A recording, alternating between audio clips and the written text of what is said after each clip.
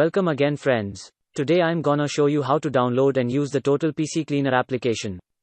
Go to the Microsoft Store and search Total PC Cleaner.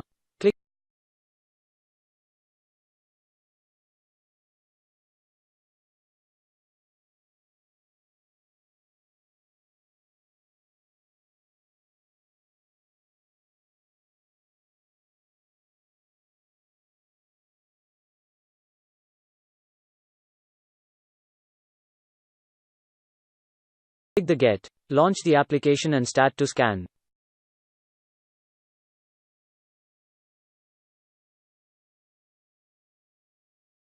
Choose the particular folder. After scan, tick the cleanup files and press the clean.